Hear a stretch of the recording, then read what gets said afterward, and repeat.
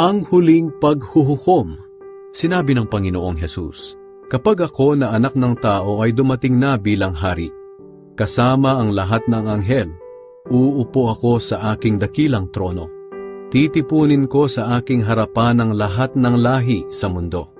Pagbubukod-bukurin ko sila, tulad ng ginagawa ng pastol sa mga tupa at kambing. Ang mga tupa na walang iba kundi ang matutuwid ay ilalagay ko sa aking kanan.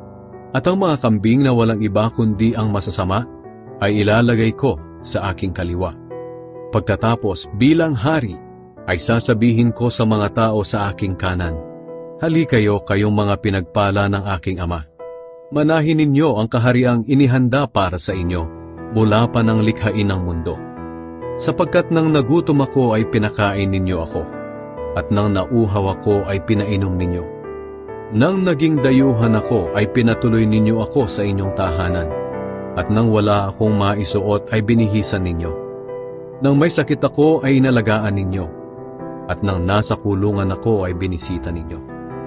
Sasagot ang mga matuwid, Panginoon, kailan po namin kayo nakitang nagutom at aming pinakain, o nauhaw at aming pinainom? Kailan namin kayo nakitang naging dayuhan at aming pinatuloy, o walang maisuot at aming binihisan? Kailan namin kayo nakitang may sakit, o nasa kulungan at aming binisita?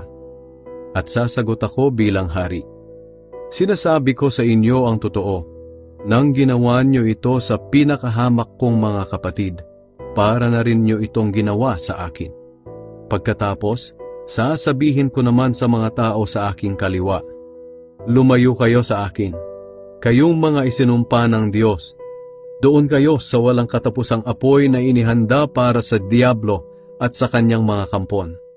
Sapagkat nang nagutom ako ay hindi nyo ako pinakain, at nang nauhaw ako ay hindi nyo pinainom. Nang naging dayuhan ako ay hindi nyo ako pinatuloy sa inyong tahanan, at nang wala akong maisuot ay hindi nyo binihisan. Nang may sakit ako at nasa kulungan ay hindi nyo ako inalagaan. Tatanungin nila ako, Panginoon, kailan po namin kayo nakitang nagutom, nauhaw, naging dayuhan, walang maisuot, may sakit o nasa kulungan at hindi namin kayo tinulungan? At sasagot ako bilang hari, sinasabi ko sa inyo ang totoo, nang hindi ninyo tinulungan ang pinakahamak kong mga kapatid, ako ang hindi ninyo tinulungan.